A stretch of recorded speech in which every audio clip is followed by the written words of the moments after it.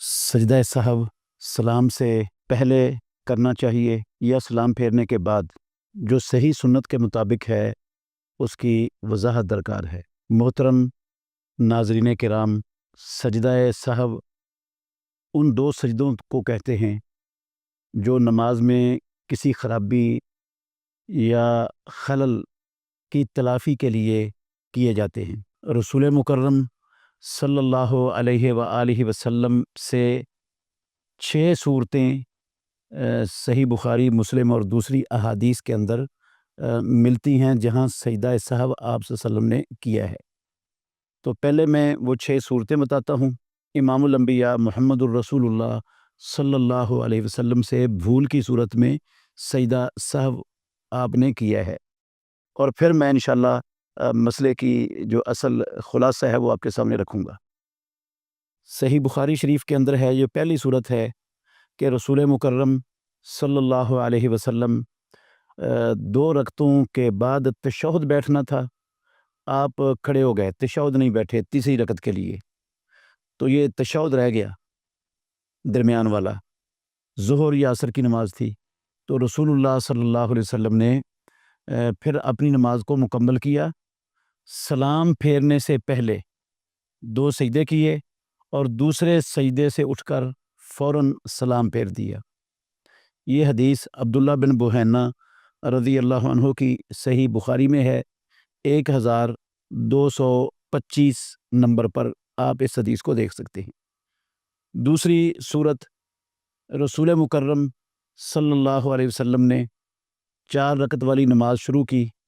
تو 2 رکعت کے بعد آپ صلی اللہ علیہ وسلم نے سلام پھیر دیا۔ ذوالیدین کے آپ کو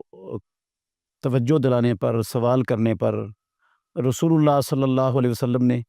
پھر 2 رکعتیں ادا کی، اور 2 رکعتیں پڑھنے کے بعد، مکمل تشہد پڑھنے کے بعد آپ صلی اللہ علیہ وسلم نے سلام پھیر دیا، اور پھر دونوں طرف سلام پھیرنے کے بعد 2 سجدے کیے اور دوسرے سجدے سے اٹھ کر فوراً پھر دونوں طرف سلام پھیر دیا۔ یہ عبداللہ بن مسعود رضی اللہ عنہ کی حدیث ہے، صحیح مسلم شریف میں 574 نمبر پر صحیح مسلم میں آپ یہ حدیث دیکھ سکتے ہیں۔ تیسری صورت، رسول مکرم صلی اللہ علیہ وسلم نے 4 رکعتوں والی نماز میں 3 رکعتیں پڑھا کر سلام پھیر دیا۔ صحابہ رضوان اللہ علیہم اجمعین کے پوچھنے پر پھر آپ صلی اللہ علیہ وسلم نے جو رکعت رہ گئی تھی اس رکعت کو ادا کیا اور پورا تشہد پڑھا۔ پورا تشہد پڑھنے کے بعد آپ صلی اللہ علیہ وسلم نے دونوں طرف مکمل سلام پھیر دیا۔ پھر دونوں طرف سلام پھیرنے کے بعد 2 سجدے کیے اور دوسرے سجدے سے اٹھ کر فوراً پھر سلام پھیر دیا۔ چوتھی صورت، رسول مکرم صلی اللہ علیہ وسلم نے 1 مرتبہ 5 رکعتیں پڑھا دیں 4 کی بجائے، تو سلام آپ نے پھیر دیا 5 رکعتیں پڑھانے کے بعد۔ پھر آپ صلی اللہ علیہ وسلم کو بتایا گیا کہ آپ نے تو 5 رکعتیں پڑھائی ہیں، تو آپ صلی اللہ علیہ وسلم نے اسی طرح 2 سجدے کیے اور دوسرے سجدے سے اٹھ کر فوراً آپ نے سلام پھیر دیا۔ یہ حدیث صحیح بخاری میں ہے، 1226 نمبر پر آپ اس حدیث کو صحیح بخاری میں دیکھ سکتے ہیں۔ یہ جو آخری 2 صورتیں میں نے بتائی ہیں نا، اس میں رسول مکرم صلی اللہ علیہ وآلہ وسلم نے اپنی ساری نماز نہیں لوٹائی۔ بعض لوگوں کا خیال ہے کہ اگر ایسی صورت بن جائے تو پھر نماز ساری پہلی باطل ہو جاتی ہے اور دوبارہ نئے سرے سے نماز شروع کرنی پڑتی ہے۔ یہ بات ان صحیح بخاری اور صحیح مسلم شریف کی احادیث کے خلاف ہونے کی بنا پر سراسر غلط ہے، صحیح نہیں ہے۔ یہ بس جو نماز رہ گئی ہے اس کو پورا کریں اور سجدہ سہو کر دیں۔ تو سجدہ سہو ان احادیث سے جو میں نے آپ کے سامنے رکھی ہیں، اور 2 حدیثیں اور ہیں جو میں آپ کو سنا دیتا ہوں انشاءاللہ الرحمن، ان سے پتہ چلتا ہے کہ نماز میں 3 شکلوں میں سجدہ سہو ہوتا ہے۔ پہلی شکل ہے نماز میں کمی ہو گئی ہے، دوسری شکل ہے نماز میں اضافہ ہو گیا ہے، اور تیسری شکل ہے نماز میں شک پڑ گیا ہے۔ تو ان 3 صورتوں میں سجدہ سہو ہوتا ہے۔ اگر نماز میں کمی ہو گئی ہے، مثال کے طور پر درمیان والا تشہد بھول گیا ہے، بیٹھنے کی بجائے بندہ تیسری رکعت کے لیے کھڑا ہو گیا،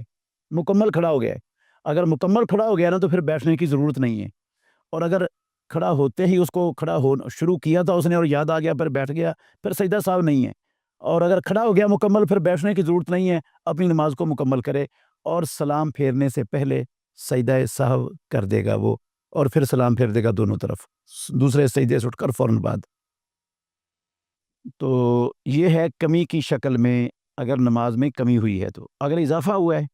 جس طرح اس کی مثال ہے 5 رکعتیں پڑھا دی ہیں امام نے، یا بندے نے 5 رکعتیں پڑھ لی ہیں، یا 4 رکعتوں والی نماز کے اندر 2 کے بعد سلام پھیر دیا ہے، اس میں بھی اضافی، یہ بھی اضافے کی شکل ہے، کیونکہ سلام ایک تھا اور اس میں 2 سلام ہو گئے ہیں، تو اضافے کی شکل میں جو سجدہ سہو ہوتا ہے وہ پوری نماز مکمل کرنے کے بعد پورا تشہد پڑھنے کے بعد دونوں طرف سلام پھیر دیا جاتا ہے، اور دونوں طرف سلام پھیرنے کے بعد پھر 2 سجدے کیے جاتے ہیں سہو کے، اور دوسرے سجدے سے اٹھنے کے بعد فوراً پھر سلام پھیر دیا جاتا ہے، یہ اضافے کی شکل میں ہے۔ اور اگر بندے کو نماز میں شک پڑ گئی ہے تو شک کی 2 صورتیں بنتی ہیں۔ شک کی ایک صورت یہ ہے کہ بندے کو اپنی رکعتوں 2 یا 3 میں شک ہے کہ پتہ نہیں 2 ہوئی ہیں یا 3 ہوئی ہیں، تو اس میں دیکھا جائے گا اگر اس نمازی کو کوئی غالب گمان ہے، ظن راجح ہے اس کا کوئی، تو وہ ظن راجح پر بنیاد رکھے گا، اور وہ ظن غالب پر بنیاد رکھ کر نماز کو پوری کرے گا۔ مثال کے طور پر اس کا ظن غالب ہے، اس نے 3 رکعتیں پڑھی ہیں، تو وہ 3 رکعتوں کی کو بنیاد بنا کر 1 رکعت اور پڑھے گا، اور وہ سجدہ سہو سلام پھیرنے کے بعد کرے گا، جس طرح نماز میں زیادتی کی شکل میں سجدہ سہو کیا جاتا ہے۔ اور اگر اس کو شک پڑا ہے، دوسری شک کی شکل یہ ہے، اس کو کوئی بھی طرف سائیڈ کوئی بھی راجح نہیں ہے، دونوں طرف برابر ہیں، غالب گمان کوئی نہیں ہے، 3 والی سائیڈ بھی برابر ہے اور 2 والی سائیڈ بھی برابر ہے،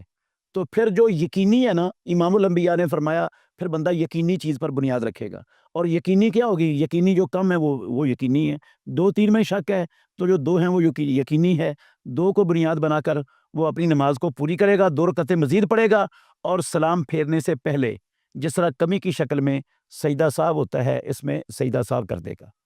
یہ ہے نماز میں سجدہ سہو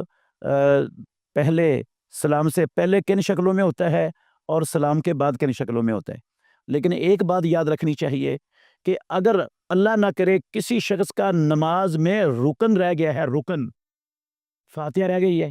قیام رہ گیا ہے، تکبیر تحریمہ رہ گئی ہے، کوئی بھی سجدہ رہ گیا ہے، رکوع رہ گیا ہے، تو پھر اس صورت میں اکیلا سجدہ سہو کفایت نہیں کرتا، پھر وہ رکعت کو شمار ہی نہیں کرنا جس کا رکن رہ گیا ہے، اس اگلی رکعت کو اس کے قیام مقام قرار دے دینا، یہ رکعت ختم سمجھنی ہے،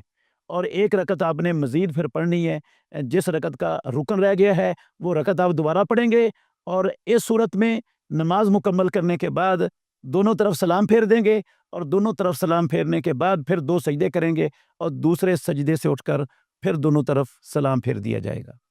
اللہ تعالی ہمیں یہ بات اچھی طرح سمجھنے، یاد رکھنے کی توفیق عطا فرمائے۔